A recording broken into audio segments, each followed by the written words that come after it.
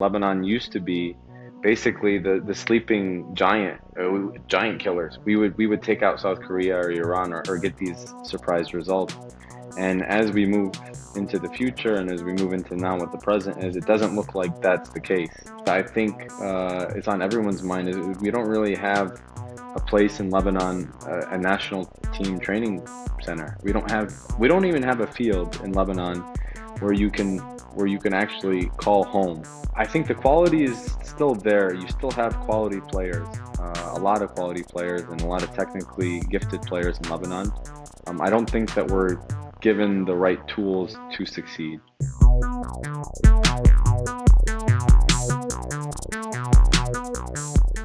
Hello everyone, welcome للعالم عم تسمعنا لأول مرة. Welcome back للعالم اللي سمعتنا.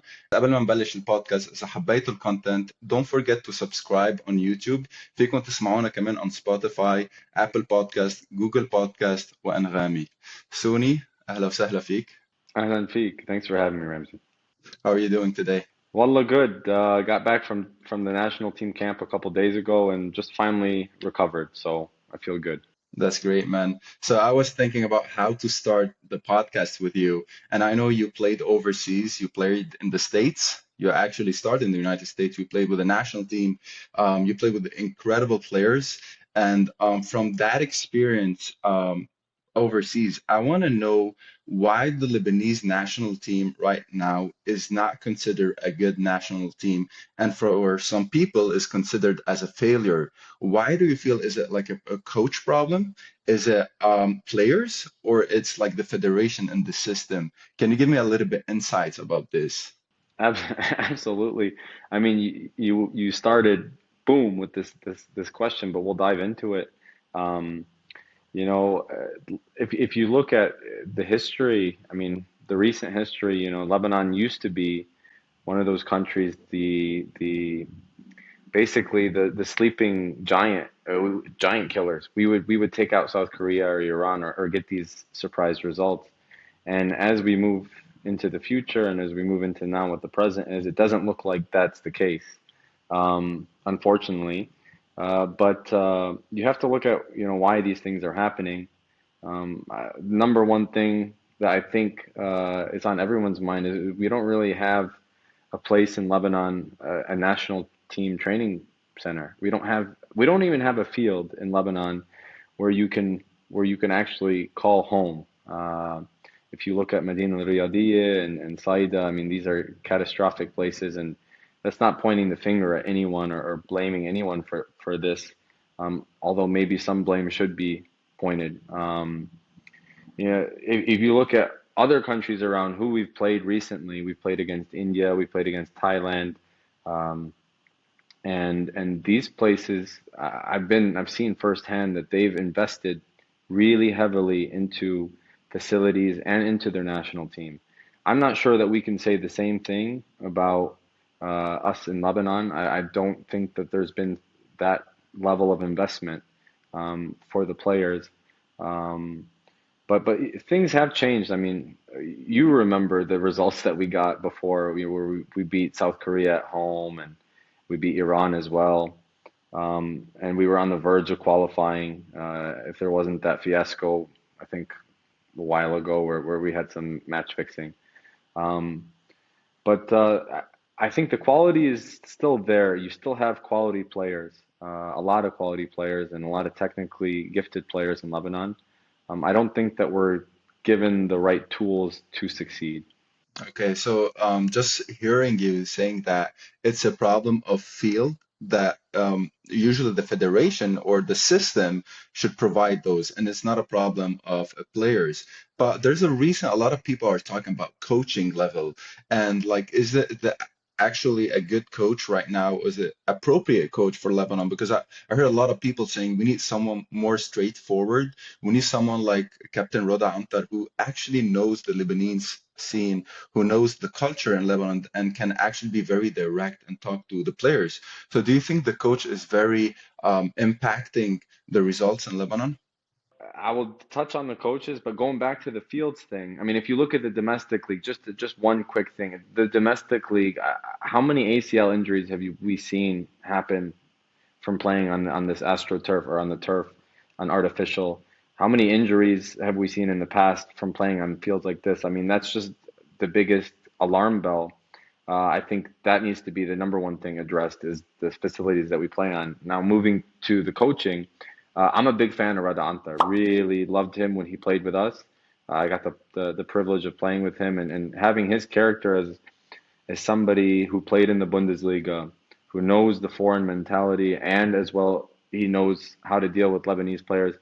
Um, I think that would be nice. Now, the current coach that we have, um, I will tell you this: out of all the coaches that I've had with the national team, from Radulovic, Booker, Giannini, all of them, I think Illich is the one that he has fought the most for the players, and I think that's a lot of the fans. They don't really know what goes on behind closed doors, and he's really fought for us. Has tried to push for more rights with the federation on behalf of the players. Now, uh, going forward, it's difficult to say what needs to be done. I mean, he's in his what sixth, seventh. He's in his first year. So maybe you can say trust the process, or you can say and give it a little bit more time. Now, um, basically, part of the coaching problem is not what the national team does. It's what happens before the national team and what happens at the club level and what happens at the youth level. These things uh, need to be more addressed, and I think that comes from the federation into investing into academies, into coaching, into sending players overseas to pick up this different mentality than the Lebanese mentality. And no offense against Lebanese mentality, but tactically, I think that there's players like growing up in America, having the advantage of the tactical awareness. I might not be as skilled as as the Lebanese players. But I know 100% when I step on the field, I know exactly where I'm going to be. I know exactly what to do, and I know exactly how to do things. And that comes from learning football overseas, definitely not in Lebanon. And there's a big difference in that. Yeah, that's correct. Like in Lebanon, we don't have a system. So as you were mentioning, like schools, academies, and we don't have a system to build on and to start like improving actually players and working on youth. Because to have a good national team, correct me if I'm wrong, you need to start from the bottom. Like the youth should be really good, and then the U20 maybe national team should be exceptional, and then maybe the national team will actually be good. And we've seen a lot of national teams they have this problem and this qualification. Like they have a good youth national team, and then the first team, you send player from the youth national team to the national team, and this is where players are making any good difference. And also, Suna, you were talking also before going to the podcast about positioning and where you play on the field with the national team, and how is it like a little bit maybe affecting you, or maybe the coaching technique, the new coaching approach is a little bit affecting the way Lebanon play, and maybe that's why there's like a mismatch in tactics between the coach and the actual players. Can you tell me a little bit about it? Yes, positioning. I mean, that's a massive a topic that I'd like to dive into. I think as a professional player, um, it's vital that you know every position on the field. You might not be able to play every position, but you know the roles of each one. And that's the difference between basically a street player and a player that plays pickup and a player that can play at the highest level. Um, and basically, playing in the right position also could be the thing that distinguishes you from being an okay player or playing in your position to being, world class or top or, catching the eye of many players or even making the difference, scoring a goal or making a last second tackle. Um, you know, I do see a lot of, you see, I think with this coach that we have players playing out of position. Out of all the coaches, you see a lot of players and you say, this guy's never played there before, or this guy plays this position and now he's playing that position. Um, I think there's two factors in that, and the first factor is the coach. has confidence, that the player has the ability to learn and pick up. Um, but also, you might not be getting the best out of that player, if you were to choose one who naturally played that position. So it's a hit or miss. And I think the secret is to find the right balance between it. I don't know if I'm giving you a politically correct answer or, um, but you can definitely see it. I mean, are we maximizing the potential of the players playing them out of position? Probably not, you know. If they're called into the national team to play, based on how they're performing, because that's how national team players are selected. It's from how they perform. And if they're performing in, say, an attacking role in their club, and then they are brought to the national team and they play a more defensive role, I don't know if you're really maximizing their potential. And you know, these decisions you leave up to the coach, and it's something I learned. There's a phrase, المثل اتكل على الله. Right. We use it a lot in Lebanon. That's the problem. We only rely Uh, on it. Sometimes it can't help you. Yeah, yeah, that's I, true. I don't know All if I right. gave you a straight answer on that, but I mean, it kind of always revolves and circles around back to the education and the way that football is set up in the country. I mean, if you have schools and you have academies and you have players that are growing up being nourished with their talent, they're able to thrive and be individually free, as well as learn the basic and fundamentals of playing as a team. I think that would be the best environment, and you would see more talent rise up, and you would also see more talent be playing overseas from Lebanon, rather than seeing, players born overseas playing in those environments and then Yeah. having the Lebanese passport or the connection to Lebanon. But correct me if I'm wrong, you're not really seeing many players that are born in Lebanon that have been signed somewhere else. Exactly. We're lacking this because maybe the system. And I want to also ask you, Suni, maybe you come from a different background. How do you see Lebanon, the league and Lebanon and the national team? What are they lacking compared to outside? I'm not talking about the States. I'm talking about Malaysia. I'm talking about Thailand, maybe Korea. What are we lacking in Lebanon? Playing all over the world. I played in Jordan, Korea, Thailand, Malaysia, in the States. I even briefly played in Europe. In Germany, I had a 3 month stint. The Lebanese players are very, very talented, very skilled, and they probably can be up there with the top. The thing that sets the difference is the tactical awareness, the tactical uh, game, because there's definitely that, it's not just whoever the most skilled wins. It's moving together as a team, playing together as a team. Um, for me, the Lebanese league, playing in it and even watching it, I have a lot of friends I watch play in the league now. And seeing, I mean, there's some really good skill and there's some really good football that is being played if you watch some games. But it's a little bit too uh, spread apart. There's always a guy on the floor, takes 5 minutes. Um, Basically, if someone's injured, they kick the ball out. I've never seen this in my life. I get sportsmanship, but an injury every 3 minutes just disrupts the play, which that also factors into the fitness, and that's something that I want to touch upon, and that's something that is important and that is a big difference is the fitness and the physical aspect of things.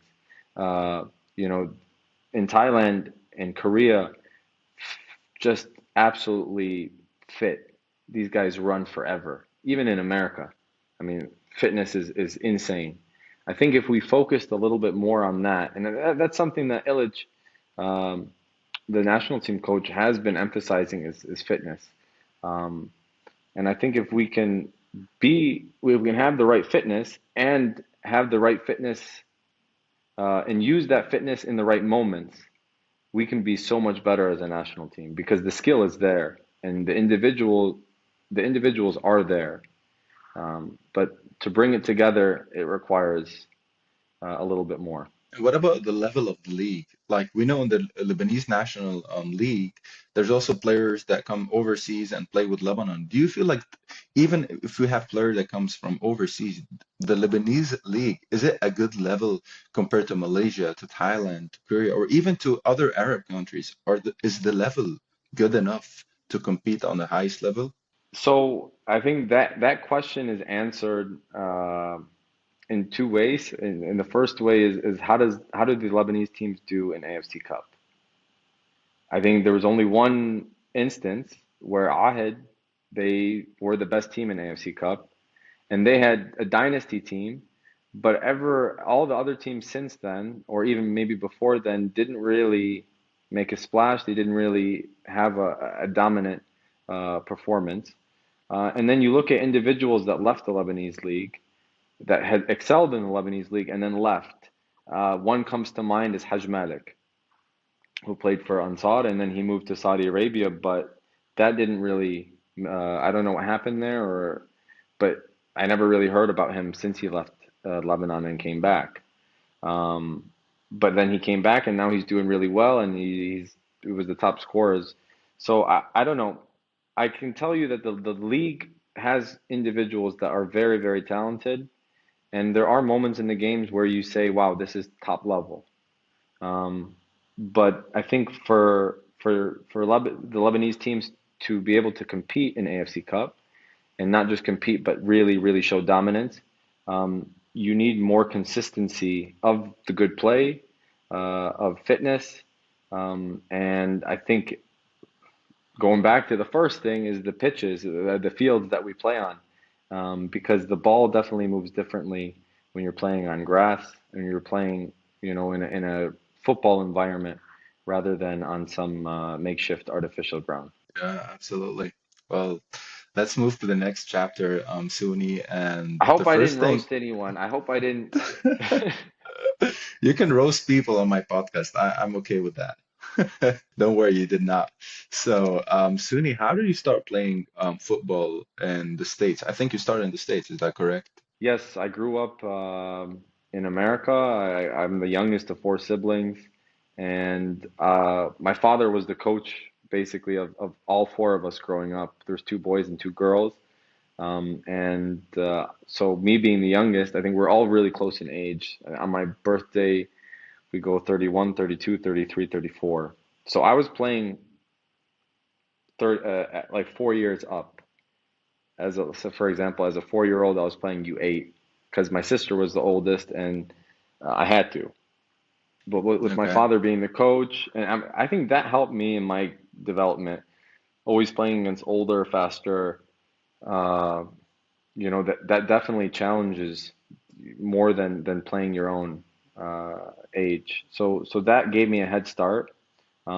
My brother and I, uh, continued football and until we moved on to a bigger club, like a travel team. We were playing all over the country. Um, but basically, football was passion. I really don't know how my father uh, grew to love this sport. He never played professionally, but he just had a incredible eye for things. And even now, to this day, he'll give me hints on what I should do. Um, but that kind of like took off.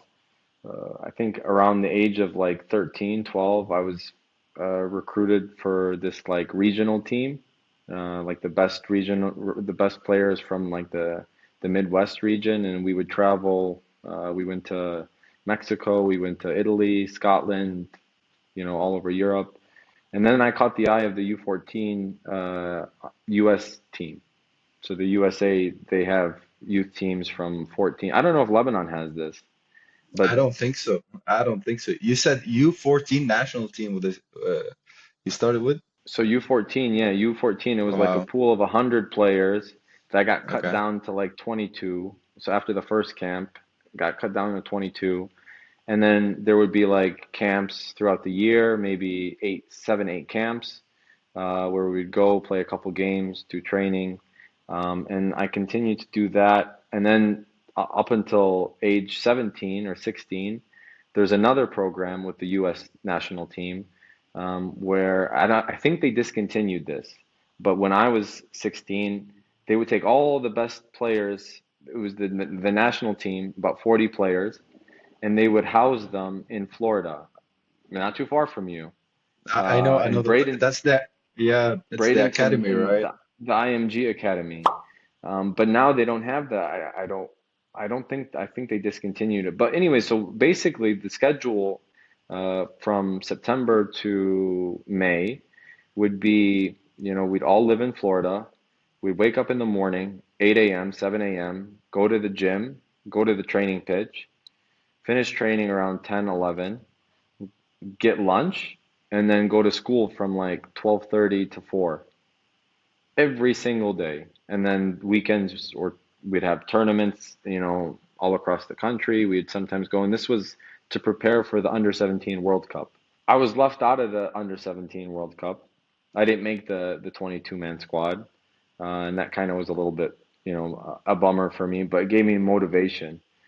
It was at the IMG Academy, which now they have tennis, they have golf, all sports over there. They even had a football academy there.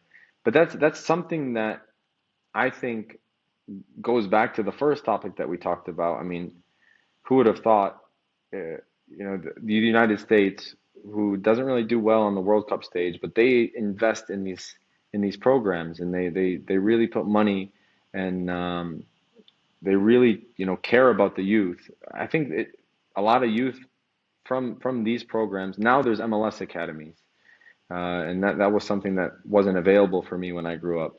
But now you see so many young U.S. players playing overseas, playing in the Dutch league or the German league, and I think that's a testament to what they invested in, what the U.S. invested in for all those years. And after the MG Academy, what was the next step? Because I think you made it to college and you played in college with the University of Michigan, which is one of the, most famous university in the States. But there was like a transition, another transition with the national team U20, or how did you move to the college team and got recruited? So picking up where I left off, so I didn't get called up for the under 17 World Cup. It was a bit of a bummer, but I did get invited to this like camp in the summer where we had 20 players. My brother was included, and we went around Europe and we toured Austria, Switzerland, Germany, and this is where I caught the eye of Mainz. So the Mainz Academy had called, and they said that they wanted me to play there. They had offered me a contract. Now at the same time, I had a scholarship at the University of Michigan, and my brother who's a year older than me, had a scholarship there, and he had already played one season. And basically, the decision was, do I play for Mainz? It was I think a year with the under 18s and then 2 years with the reserve team, or do I go with the university? And so I decided to stay in the university, play with my brother for a year, and then maybe try to go to Germany afterwards. In the University of Michigan, we made it to the Final Four. I had 19 goals as a freshman. I broke the school record. And University of Michigan, I mean, top university in the country. So having this in my hand, was definitely something special. Um, and then I think after the first semester, after the season finished, I said, you know what, I want to play pro. I want to try to go back to Germany. So I went back to Germany. The offer wasn't there. I kind of roamed around a bit. I lost my scholarship because I had signed with an agent. And so I think a couple months later, we contacted the MLS. The MLS said, yes, we want him. He's 18 years old. His stats were good. And so basically, four teams were put into. Oh, so after the season had finished, after I'd scored 19, I got called up to the under 20 national team. Yeah, And I think correct. my first game, I scored a goal. We played against Canada. I don't remember who was on the roster at the time, but the coach never called me back. Um, and I didn't make the under 20 squad, which is okay. That was fine. It gave me more, fire and more motivation. So I ended up signing in the MLS. Four teams were in this lottery, so to say. I think it was Salt Lake City, Kansas City, Columbus, and maybe Portland. And Kansas City drew my name. I ended up signing a minimum contract over there.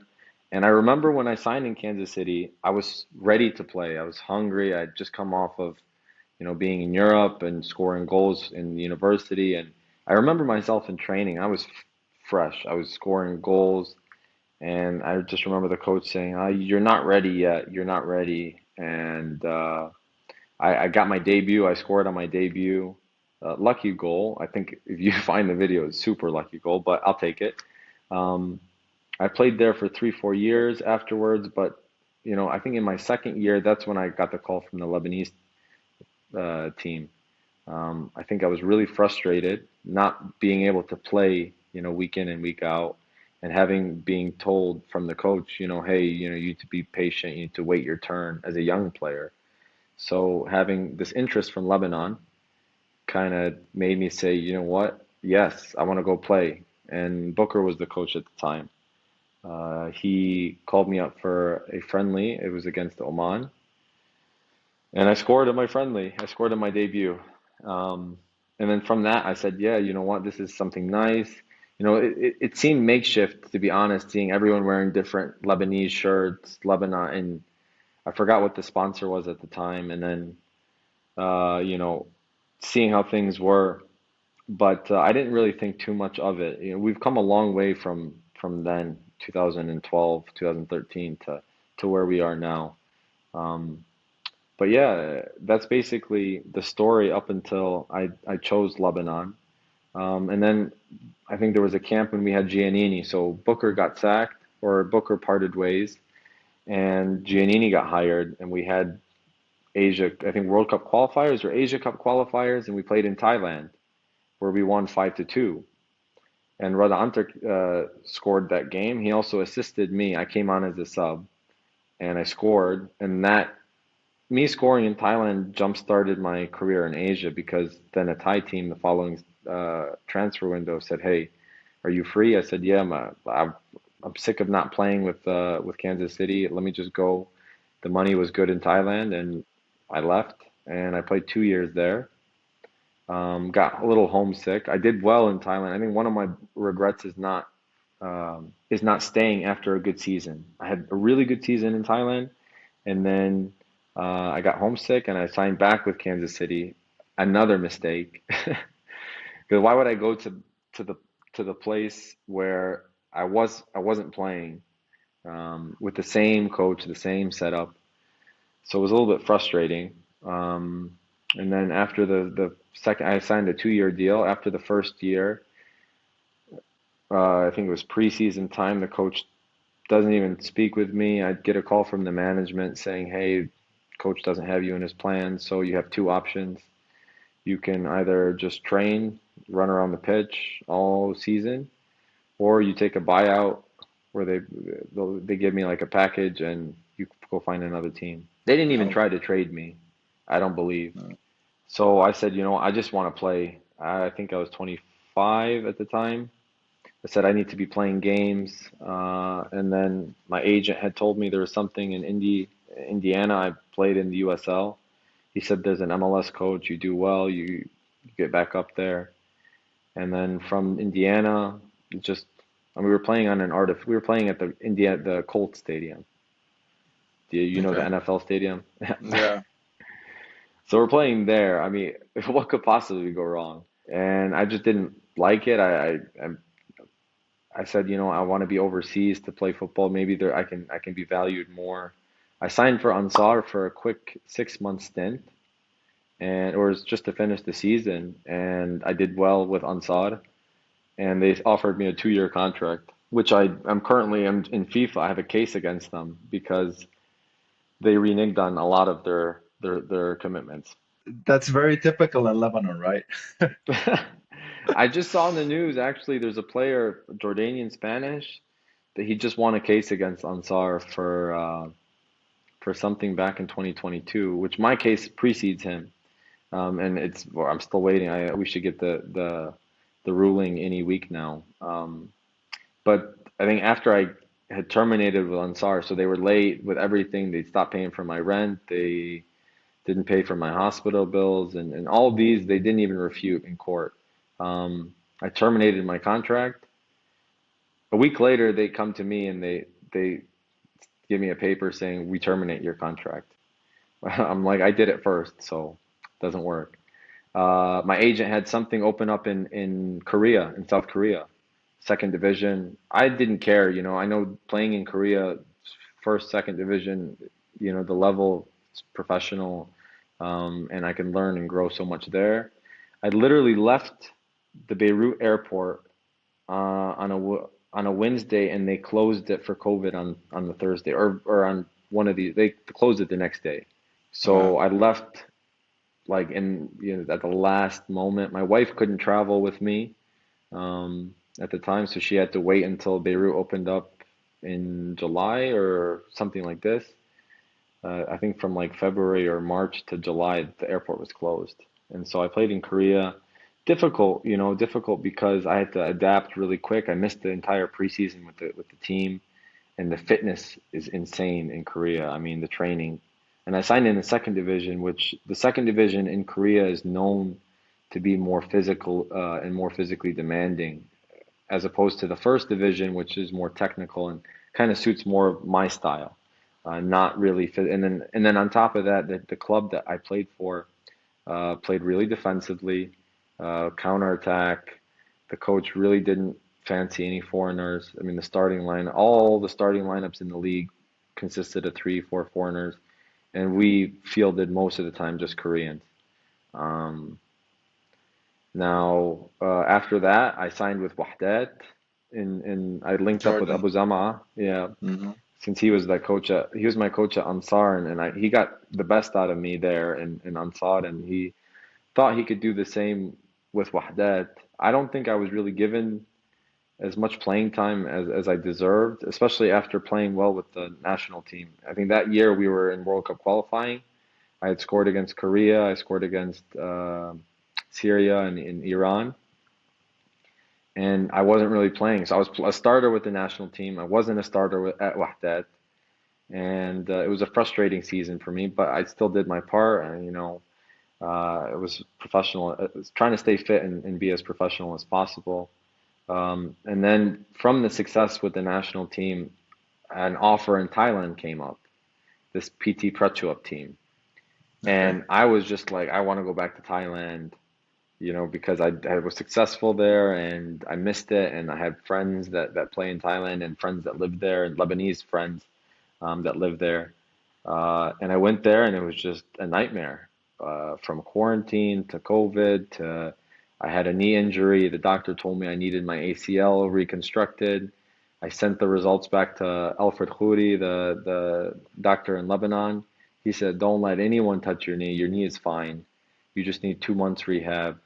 So I missed basically like 3, 4 months out of the 6 months. Um, and I played the final game of the season, which was, you know, for relegation. We ended up staying up, and after Thailand, I was without a club for 6 months, and then I arrived to Penang, and that's my history. Wow, that's amazing. And that's You know it. what I noticed? There's a lot of changes and a lot of like different culture, like from the state to Lebanon to Korea to Thailand. Like there's a lot of different culture. How do you adapt with all of this? I don't know if I've said this in an interview before. I think I might have, but basically, the number one thing that I would say that has helped me throughout all of this is being able to say yes and being able to just kind of go with the flow. There's too many times where I mean, you know, perfect example. You remember I had said I had an offer with the German team, and I didn't go with it. I basically stayed close to my home and stayed close to what was comfortable and what was easy. Um, and uh, with all these places that I've played in and all these countries that I've been to, I think the most common denominator is the fact that I was able to say yes and just go with it and take that leap. And that's something that you have to do as a professional, many times. You know, in deciding what country you play in, deciding what team you play for, even deciding what position you play for. For example, the coach tells me, Suni, I need you at left back. And I say, Yeah. if I said no, sorry, coach, I don't play left back, then I wouldn't be able to play in the game. Then he would just find someone else. But I'm willing to I'm 100% willing to go into unfamiliar territory to make the most of it. And I think that's helped me. I mean, it's definitely one hell of a story. It's an incredible story to tell my kids, inshallah, and to maybe even write a book about it. I'd love to coach one day, so I know all these experiences that I've had, they definitely will play a big role into that. Oh, that's awesome. Sony, going back to your experience, just want to know in the MLS, how tough was it? And I think your first year with the Kansas City, you played really well, and you played against incredible football players. Can you tell me who was the best opponent or the best player you played against? Yeah, I mean, being an 18-year-old and being thrown onto the same pitch as David Beckham, and then having a corner kick and then looking in front of me and it's Beckham marking me. I have a photo of it, which is really cool. To then playing against Thierry Henry, who's an absolute legend, and not only did he go to the MLS um, to enjoy life, but he really killed it. He did so well with New York Red Bull. I think my favorite and the best player that I played against. Um, Besides Henri, because this guy was class, and also what a physical specimen. This guy was massive. By the way, you couldn't touch the ball, you couldn't get it off of him. Imagine him in the Premier League. Wow. Um, you know, One that is surprising is Sebastian Giovinco. When he played in Toronto, this guy was untouchable. So small, so sneaky. And I remember like having to trace him and try to I couldn't get the ball off of him. I couldn't even like focus on the ball when he had it. And he did so well in the MLS, I think, and then he ended up moving to Saudi Arabia afterwards. But for me, Giovinco was top. I mean, there's really big names. I played against Kaká, and he had scored against us. He was really good as well. Um, David Villa played well when I played against New York City. But I think the top one, yeah, was Giovinco. But I mean, these big names is crazy. Now you're starting to see more big names go back to the MLS with Messi and Alba and Busquets. So now there's a competition, right, between Saudi Arabia and the MLS. Exactly. I've noticed like all the big players or all the players that are like close to retirement, they're going either to Saudi Arabia or to the MLS. But that being said, now the MLS is actually nice to watch. Like I've been watching Orlando City playing, I've been watching Cincinnati FC playing, and those they don't have like Cincinnati's a fun team to watch. There are fun teams to watch in the MLS. But you know what would make it more fun? You know what would make it more interesting is if there was promotion relegation, if there was something to lose. And unfortunately, with American sports, and that's something I think a lot of people talk about, is the fact that there's not this element of, playing for something. If you anywhere around the world, if you have a terrible season, you're not playing there next year. You're getting relegated and you have to earn it. These MLS teams, they kind of go into the season and if they do well, they do well and they're happy. If they don't, oh, there's next year. So that's something I wish would change. But 100%, I'm with you. The quality of the MLS has gotten a lot better. I don't know if I will return. Maybe if Detroit City gets a team, if Detroit, yeah, but now the buy-in is insane. I mean, the buy-in is 250 or well, however million, 250, maybe 300 million to get into the MLS. That's insane. yes, exactly. So I think the system is more based on who has more money that can actually invest in the league and create a team and just bring more players and pay them more. It's more than like it's not actually a progression.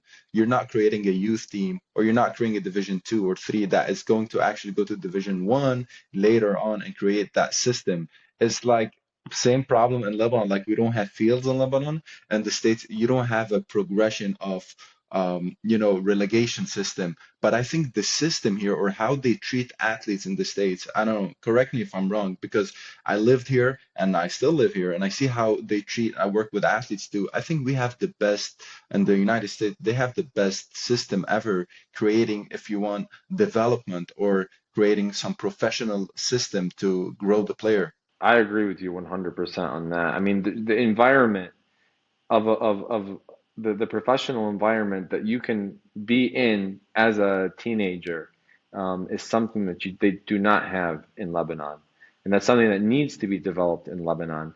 Now, you see a lot of players being called up and a lot of chances now. I think they made a new rule that teams must field players, at least two or three players that are under 23 or something like this. I think that the Lebanese league implemented this rule, which is a good rule, to be honest.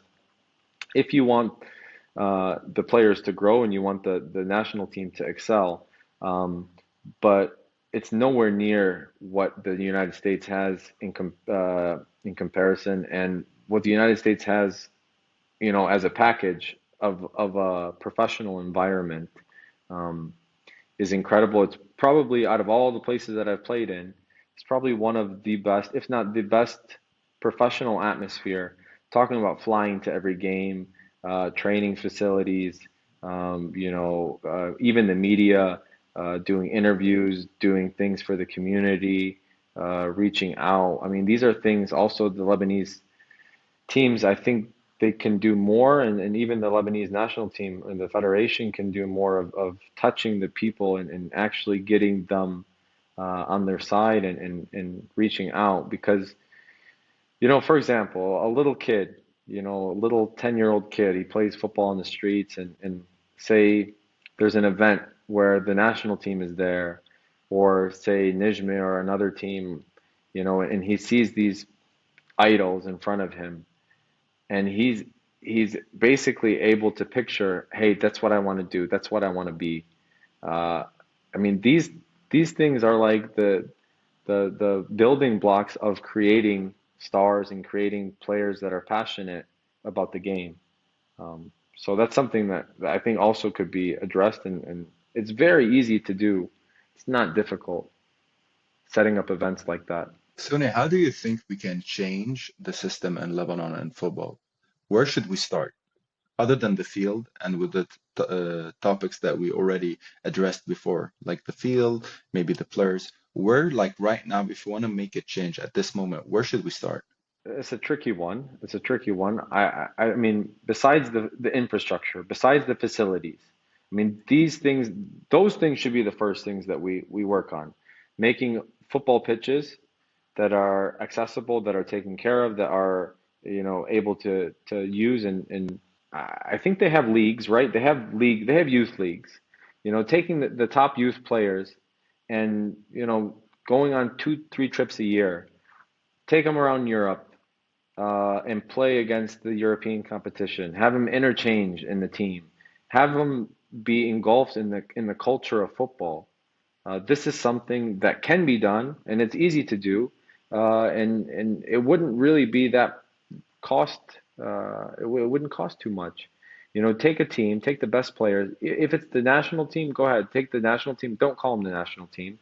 Take a bunch of youth players, take them to Europe, have them play against other teams, have them learn, the culture, to see how other teams play, and then, do this 2, 3 times a year. You will see the progression. You will see the players. You could even have a couple of players each trip be signed by other teams, and then you have players in Lebanese-based players playing in Europe, getting experience, getting uh, all these minutes, and they can come back to the Lebanese national team and help. I mean, I think that's an easy fix. I just came up with it right off the top of my head. That's actually an amazing idea. And I was like listening to another interview with the Captain Rada Antar, and they literally asked him in the interview, "Do you think a Lebanese player can actually play overseas, like in Europe, not overseas in Europe?" And the answer was no, because they are not prepared to play overseas, because you have to prepare someone. You cannot just throw him overseas, right?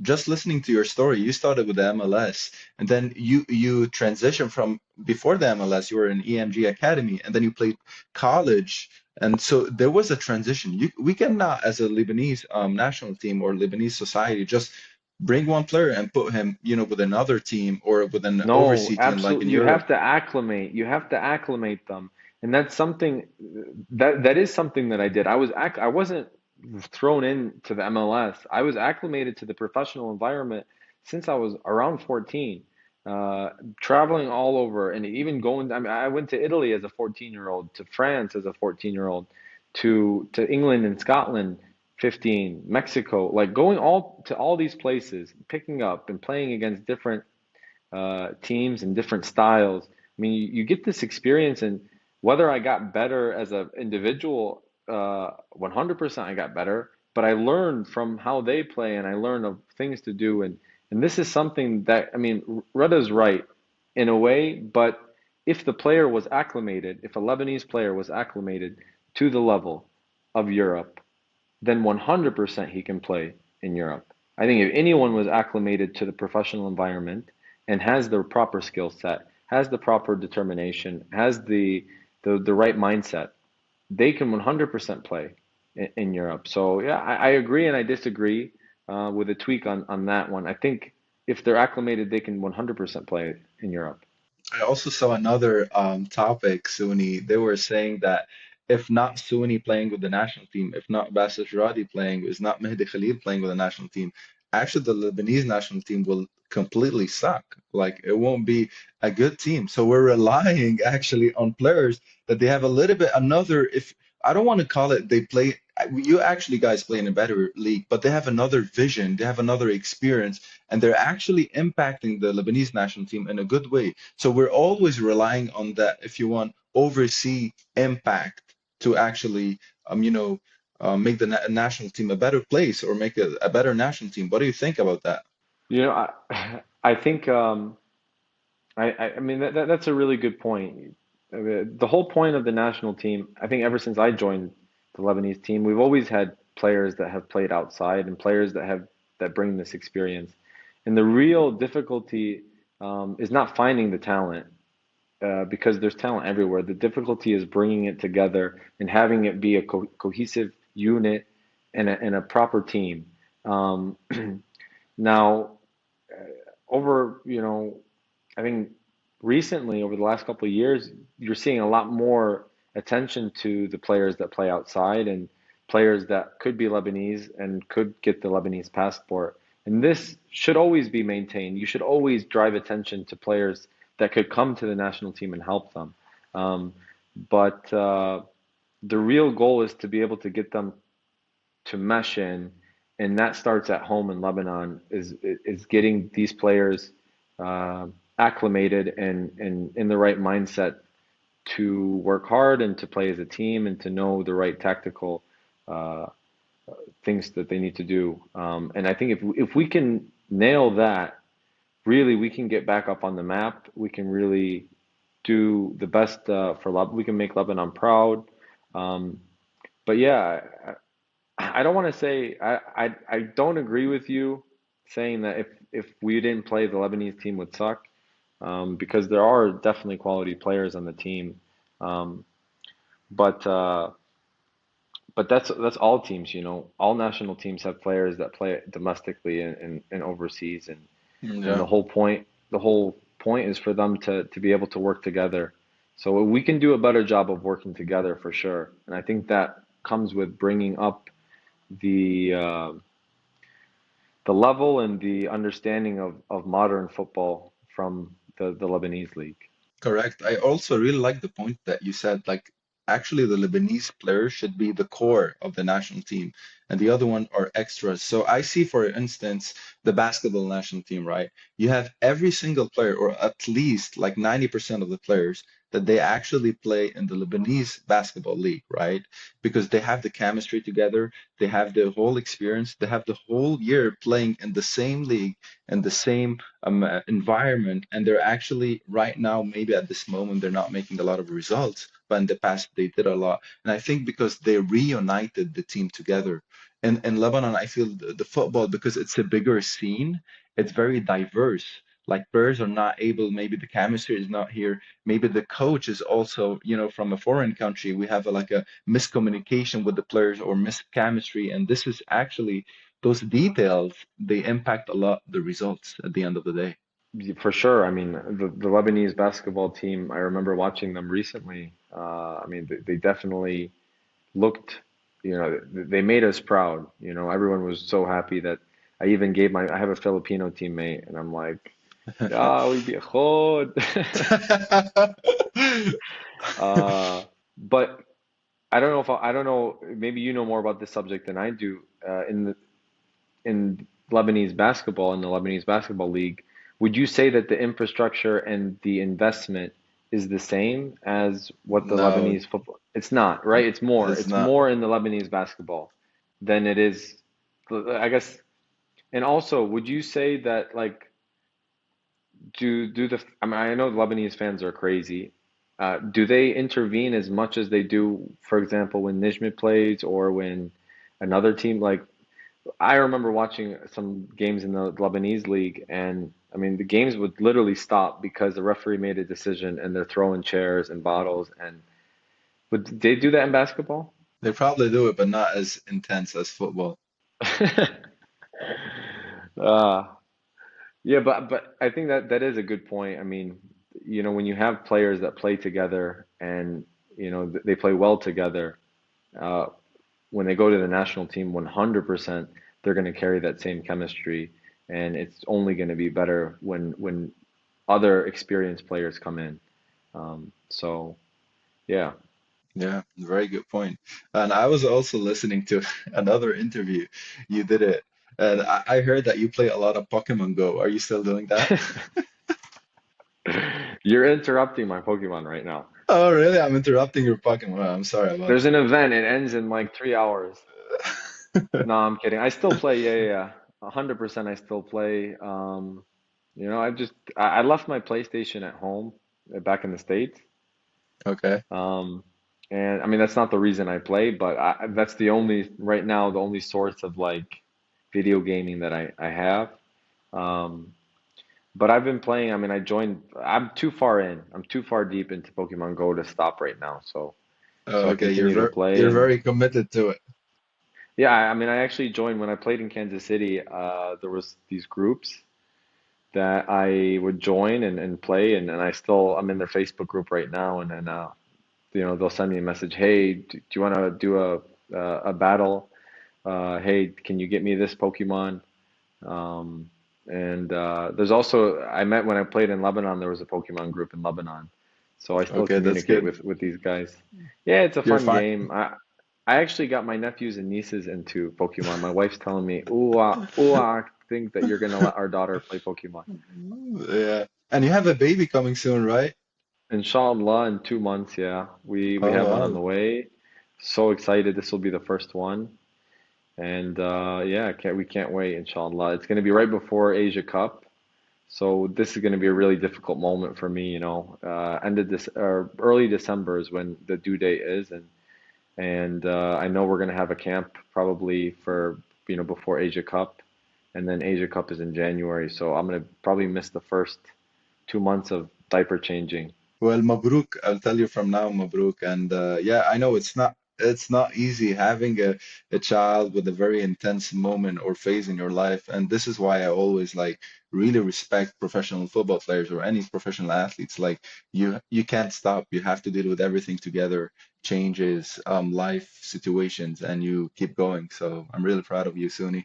Thank you, bro. It's a blessing. I think one of my dreams was to play football and after the game to have my child on my shoulders or like walking with me on the pitch. That is an absolute dream of mine.